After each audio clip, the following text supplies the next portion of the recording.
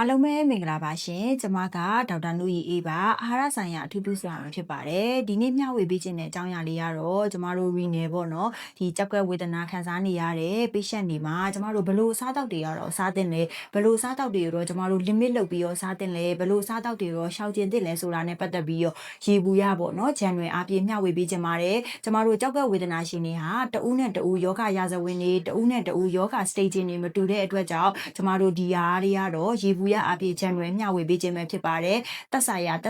ကျမတို့ renal ပေါ့နော်ဒီကြောက်ကဝေဒနာတွေရဲ့ယောဂရာဇဝင်ပေါ်မူတည်ပြီးတော့ဘယ်လိုစားတောက်နေထိုင်ရမလဲဆိုတာကိုတော့တက်ဆိုင်ရာဆရာဝန်ရဲ့ညွှန်ကြားချက်နဲ့ညီတော့တည်တည်ချာချာကုသမှုခံယူသင့်ပါတယ်ပထမဦးဆုံးအနေနဲ့ကျမတို့ပေါ့နော် protein intake ကို control လုပ်ရပါမယ်ပထမဦးဆုံးကျမတို့ဒီ RDCKD ပေါ့နော် RD state မှာဆိုလို့ရှိရင်တော့ကျမတို့ဒီ protein consumption ကိုတော့ moderate restriction လုပ်ရပါမယ်အဓိကကျမတို့ဘာတွေကိုရွေးချယ်စားတောက်ရမလဲဆိုရင်တော့ high quality rich protein တွေဖြစ်တဲ့ဥအမျိုးပြီးတဲ့အခါမှာကြက်သားငါတိုဘူးစတာတွေကိုရွေးချယ်စားတောက်သင့်ပါတယ် dialysis ကြောက်ကဆေးနေတဲ့သူတွေမှာဆိုရင်တော့ကျမတို့ protein loss များတဲ့အတွက်ကြောင့် high protein ပိုလိုအပ်ပါတယ်အဲ့လိုလူမျိုးတွေမှာဆိုလို့ရှိရင်လည်းကျမတို့ high quality protein ကိုရွေးချယ်သင့်ပါတယ်ဒါပေမဲ့ရှေ့မှာပြောခဲ့သလိုမျိုးလူနာတဦးနဲ့တဦးရာဇဝင်တွေ staging တွေမတူတဲ့အတွက်ကြောင့်တည်တည်ချာချာတက်ဆိုင်ရာဆရာဝန်နဲ့တေချာတိုင်ပင်ပြီးမှဒါကုသမှုခံယူမယ် nutritionist ဆရာဝန်တွေနဲ့တေချာတိုင်ပင်ပြီးမှဒါဘယ်လိုစားတောက်မယ်ဆိုတာကိုတော့တည်တည်ချာချာတိုင်ပင်ဆွေးနွေးသင့်ပါတယ်ရှင်နံပါတ်2ချက်ကတော့ကျမတို့ sodium ကိုလည်း limit လုပ်ရပါမယ်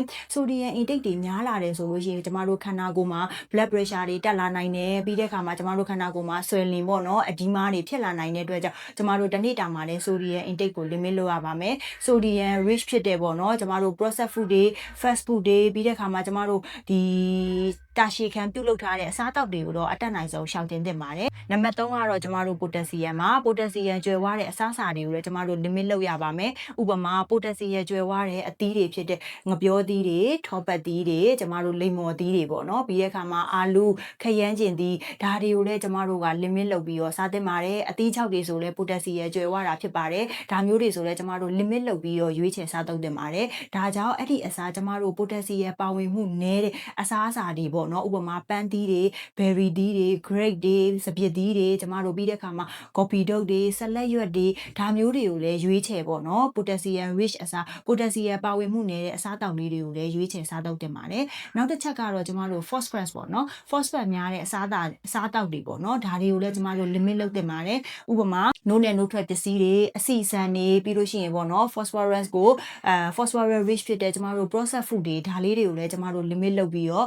စားသုံးသင့်ပါတယ် phosphorus ပါဝင်မှုနည်းတဲ့အစားအသောက်တွေဖြစ်တဲ့လက်လက်ဆက်ဆက်အသီးနှံတွေလက်လက်ဆက်ဆက်ဟင်းသီးဟင်းရွက်တွေကိုပိုမိုပြီးတော့ရွေးချယ်စားသုံးပေးသင့်ပါတယ်နောက်တစ်ချက်ကတော့ကျမတို့ calorie intake ကိုလည်း manage လုပ်ပေးဖို့လိုပါတယ်ဥပမာကျမတို့ calorie intake နည်းသွားတယ်ဆိုရင် muscle wasting ဖြစ်နိုင်ပါတယ် calorie intake တွေများသွားတယ်ဆိုရင်ကျမတို့ weight gain တွေဖြစ်မယ်ပြီးရင်နောက်ဆက်တွဲ complication တွေရနိုင်တယ်နှလုံးကျန်းမာရေးကိုလည်းထိခိုက်စေနိုင်တဲ့အတွက်ကြောင့်တစ်နေ့တာမှာစားတဲ့ calorie intake ကိုလည်း manage လုပ်ပေးဖို့လိုပါတယ်ကျမတို့နောက်ဆုံးတစ်ချက်ဆိုရင်တော့ sugar ပေါ့နော်ကျမတို့ renal ဖြစ်ရတဲ့အကြောင်းလေးကတော့အဓိကကတော့စီးချိုကြောင့်ပါစီးချိုဖြစ်တဲ့အတွက်ကြောင့်ကျမတို့ blood sugar level ကိုလည်း control လုပ်ပေးဖို့လိုအပ်ပါတယ်ကျမတို့ဒီတစ်နေ့တာမှာဆိုလို့ရှိရင်ကိုစားတဲ့ပမာဏပေါ့နော်စားတဲ့အစားအသောက်တွေထဲမှာအရန်ချိုလုံးတဲ့အစားအစာတွေကိုမစားသင့်ပါဘူးပြီးတော့ကျမတို့ရဲ့တစ်နေ့တာမှာပေါ့နော် carb ပေါ့နော် carbohydrate ကိုလည်းကျမတို့ manage လုပ်ပြီးတော့စားသုံးသင့်ပါတယ်ဥပမာကျမတို့ဒီ carbohydrate ကျွဲဝါတဲ့အစားအသောက်တွေကိုတစ်နေ့တာမှာဘယ်လောက်ပိုရှင်းမဲစားမယ်ဘယ်လောက်ပဲစားသင့်တယ်ဆိုတာတော့သက်ဆိုင်ရာ nutritionist ဆရာဝန်နဲ့တေချာတိုင်ပင်ပြီးတော့